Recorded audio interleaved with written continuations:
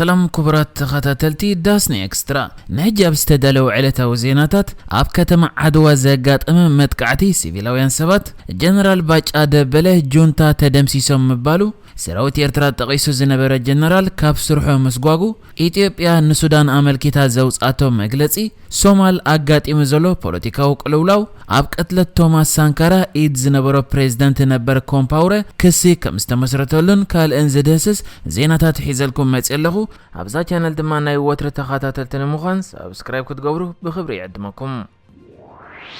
ኣብ ከተማ ዓድዋ በሶኒ ቅድሚ ቀትሪ ዕጡቃት ወተሃደራት በዝኸፈቱ ወተኽሲ ሰባት ከም ዝሞቱን ከም ዝቆሰሉን ተገሊጹ ሰብ መዚ ትግራይ ብውሕዱ ሓደ ሰብ ከም ዝሞተ ክገልጹን ከለዉ ገለ ነበርቲ ናይቲ ከተማ ግና 8 ሰባት መሞቶም ተዛሪቦም ኣለዉ ሓደ ኣብ መወከሲ ሆስፒታል ኣክሱም ዝሰርሕ ዶክተር ትማሊ ካብ ረፋድ ጀሚሩ ክሳብ ድሕሪ ቀትሪ 20 ዝቆሰሉ ሰባት ካብ ዓድዋ ከም ዝመጽዎም ክሕብርን ከሎ ዓለም ለኻዊ ማሕበር ደብ ኣልባ ሓካይም ድማ ነገሊኦም ቁስላት ካብ ዓድዋ ናብ ሆስፒታል ከም ዘምጾም ይዝገለጸ እቲ ዶክተር ወገኑ ክልተ ደቂ አንስትዮ ዝርከቦም 20 ቁስላት ንሕክም ኣለና ክብልን ከሎ ማሕበር ደብ ኣልባ ሓካይም ከዓ ትማሊ መንገዲ ትዊተር ኣብ ዘውጾም መግለጺ በሶኒ 18 ቁስላት ናብ ሆስፒታል ኪዳነ ምህረት ዓድዋ መጽኦም ሓገዝ ከም ዝተገብረሎምን 11 ብከቢድ ዝቆሰሉ ንዝለዓለ ሕክምና ናብ ሆስፒታል ኣክሱም ከም ዝተላኣኹ ኣመልኪቱ ወተሃደራት ኣብ ልዕቶም ግዳያት ከም ዝተኮሱ ካብቶም ቁስላት ተዛሪቦም ክብልውን እቲ ገባረ ሰናይ ማሕበር ጠቂሱሎ ካብቶም ዝቆሰሉ እቶም 6 ኣዝዮም ስለዝተሃሰዩ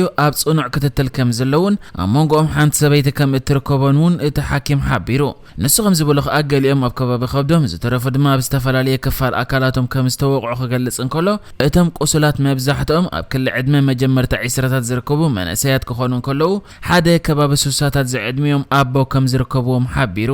እዚ ከምዚ ኢልን ከሎ ድማ ኣብ ትግራይ ዘሎ ኪናት ጌና ይቀጽል ኣሎ ይባሃሉ ኣብ ዘሎ ግዜ ኣብ መንጎ ሓይልታት ትግራይን ሰራዊት ፌደራል ማሻርክቱን ኣብ ማእከል ትግራይን ሰሜናዊ ምዕራብ ትግራይን ውግእ ከም ዝተኻየደ ሰራዊት ፌደራል ኢትዮጵያ ከዓ ናብ ደቡብ ትግራይን ከባቢ መቐለን ተወሳኺ ሓድሽ ሰራዊት ይእቱ ከም ዘሎ ተገሊጹ ኣብ ከምዚ ኩነታት ከዓ ሓደ ካብ ላዕለዎት ሓለፍቲ ሰራዊት ፌደራል ኢትዮጵያ ዝኾነ ሌተናል ጀነራል ባጫ ደበለ ኣብ 8 ከባቢታት ትግራይ ዝነበሩ ጁንታ ደምሲስናዮም ኣለና ክብልን ከሎ ኣብ ከባቢታት ምብራቅ ደቡብ ሰሜንን ሰሜናዊ ምብራቅን ኣብ ዘለዎ ከባቢታት ዝተገብረ መጥቃዕቲ ምዕቡል ቴክኖሎጂካዊ መሳርሒ ኣብ ጥቅሚ ከም ዘውዓለውን ገሊጹ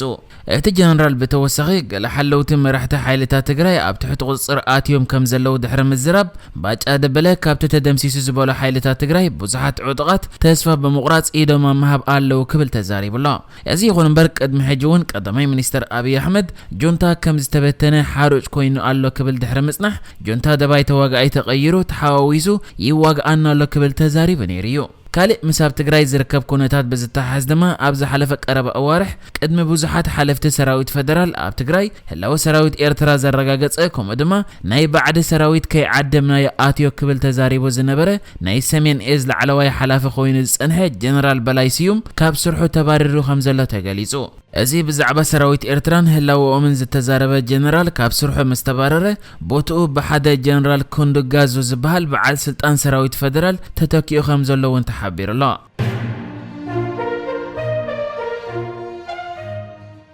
በሰንኪ ኣብ ዶብ ዝርከብ ኣልፋ ሸቃ ተባሂሉ ዝፍለጥ ከባቢ ኣብ መንጎአን ወጥሪ ሰፊኑ ዘሎ ሱዳንን ኢትዮጵያን እቲ ኣብ መንጎአን ዘሎ ወጥሪ ገና ቀጻለ ከም ዘሎ ይገለጸሉ ኣብ ዘሎ እዋን ሱዳን ነቲ ምስ ኢትዮጵያ ዘራኸባ ዶብ በሰንኪ ኣብ ዞባ ገዳርፍ ዘጋጠመ ምውሳኽ መልከፍቲ ኮሮና ዓጽያቶ ከም ዘላ ሱዳን ቴሌቪዥን ዝተባሃለ ማዕከን ዜና ጸብጺቡ ዞባ ገዳርፍ ቀንዲ መእተዊ ናይቶም ብምኽንያት እቲ ኣብ ትግራይ ዝካየድ ዘሎ ኩናት ናብ ሱዳን ዝስደዱ ኢትዮጵያውያን ኮይኑ ከሳብ ዝሓለፈ ሰሙን ጥራይ ቁጽሪ ብሰንከቱ ኩናት ዝተሰደዱ ሰባት 70,000 በጽሒ ነይሩ ዕላማት ምዕጻው ብመንግስቲ ሱዳን ካብ ዝፍቀደሎም ወጻኢ ወጻእተኛታት ናብታ ሃገር ከይኣትዉ ንምክልኻል ምዃኑውን ብወገን ሱዳን ዝወጸ መግለጺ ይሕብር እዚ ከምዚ ኢልን ከሎ ከዓ እቲ ብሰንኪ ኣብ ዶብ ዝርከብ ኣልፋ ሸቃ ተባሂሉ ዝጽዋዕ ከባቢ ኣብ መንጎ ዘን ክልተ ሃገራት ዘሎ ወጥሪ ገና ኣይሃድአን ኣሎ ይባሃሉ ኣብ ዘሎ ግዜ መንግስቲ ኢትዮጵያ ሱዳን ነቲ ኩነታት ተጋድዶ ኣላ ክብል ከሲሱ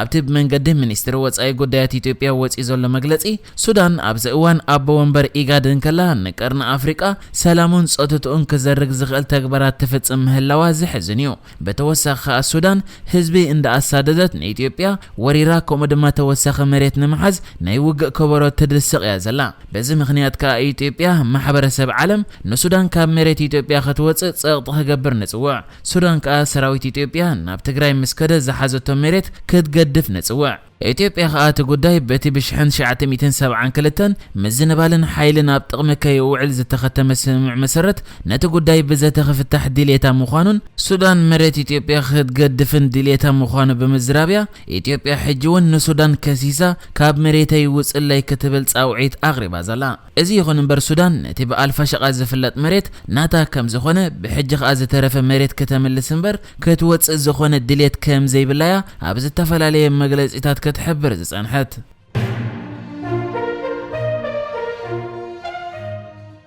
መራሕቲ ተቃወምቲ ክልላት ጁባላንድን ፑንትላንድን ከምኡውን ላዕለዋይ ባይቶ ሶማልያ ቤት ምኽሪ ሃገር ዘበነ ስልጣን እቲ ፕሬዝደንት ብ2 ዓመት ክናዋሕ ንዝሕለፈ ውሳነ ነጺጎም። ትማሊ ሶኒ ታሕተዋይ ቤት ምኽሪ ሃገር ዘበነ ስልጣን ፕሬዝደንት መሐመድ ዓብዱላሂ ፈርማጆን ባይቶ ፌደራልን ብ2 ዓመት ክናዋሕ ብልዑል ድምፂ ወሲኑ ነይሩ። መንግስቲ ክልል ጁባላንድ ውሳነ እቲ ቤት ምኽሪ ንህንጸት ስርዓተ መንግስቲ ሃገር ንድሕሪት ክጎትት እዩ ኢሉ ኣሎ። ወሃቢ ቃል ፕሬዝደንት ፑንትላንድ ሰይድ ዓብዱላሂ ዳነ ድማ ስልጣን ብዘይብሉ ታሕተዋይ ቤት ምኽሪ ዝተፈጸመ ዘይሕጋዊ ተግባር ክብል ኣብ ትዊተር ጽሒፉ። ከም ዝፍለጥ ኣብዚ እዋን ኣብ ሶማል ብሰንኪ ፕሬዝደንታዊ ምርጫ ዘይምክያዱን ምንዋሕ ስልጣን ፈርማጆን ሓያል ፖለቲካዊ ቅልውላዊ ተኸሲቱ ዘሎ።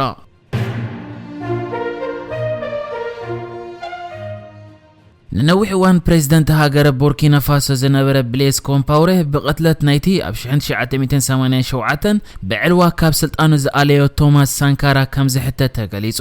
እቲ ን27 ዓመታት ኣብ ስልጣን ዝጸንሐ ኮምፓውሬ ዘመነ ስልጣኑ ንምንዋሕ ቅዋማዊ ምሕያሽ ክገብር ኣብ ዝፈተነሉ ብዝተወልዐ ህዝባዊ ናዕቢ ኣብ ዓመተ 2014 ካብ ሃገሩ ክወፅእ ከም ዝተገደደ ዝዝከር ኮይኑ ኣብ 2015 ድማ ኣብ ቀይዲ ከኣቱ ትእዛዝ ወፂኡ ነይሩ እዩ። ትማሊ ሰለስ ድማ ሓደ ወተሃደራዊ መጋባእያ ፍርዲ ኣብ ልዕሊ ሃገራዊ ጸጥታ መጥቃዕቲ ብምፍጻም ኣብ ቅትለትን ሬሳ ኣብ ምሕባእን ብምትሕባር ዝብል ክሲ ኣቕሪበሉ ኣሎ። በጀካ ብሌስ ኮምፓውሮውን 13 ሰባት ተመሳሳሊ ክስታት ቀሪብሎም ከም ዘሎ ተፈሊጡ ዝርከብ። እቲ አፍሪቃዊ ቼ ጉቬራ ተባሂሉ ዝጽዋዕ ኣዝዩ ጉኑን ስም ዘለዎ መራሒ ቡርኪና ፋሶ ዝነበረ ቶማስ ሳንካራ ኣብ ዓመተ 1983 ብወተሃደራዊ ዕልዋ ስልጣን ዝጨበጠ ኮይኑ ነታ ኦፐር ቮልታ ዝብል መግዛእታዊ መጽውዒ ሽም ዝነበረ ሃገሩ ቡርኪና ፋሶ ማለት ምድሪ ቁንዓት ሰባት ዝብል ስያማ ዝሃበ ምዃኑ ታሪኽ እቲ ሃገር ይዝሕብር። ቶማስ ሳንካራ ኣብተን ኣብ ስልጣን ዝጸንሐለን ዓመታት በቲ አንጻር ሃጸይነት ዝነበረ ተቃውሞታት በማሕበረነታዊ ስነ ሓሳብ ዝተቃነየ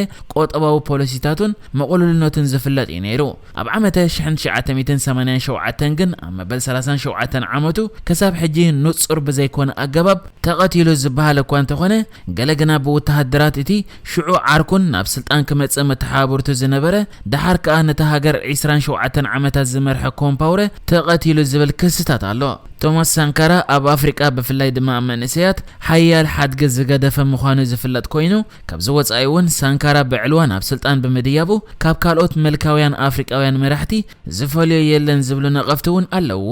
ኣብዚ ሓለፈ ዓመት ኣብቲ ዝተቐንጸለሉ ኣብ ርእሰ ከተማ ኡጋዱጉ ዝርከብ ቦታ ንኽብሩ ብምስሉ ሓወልቲ ተሰሪሑሉ።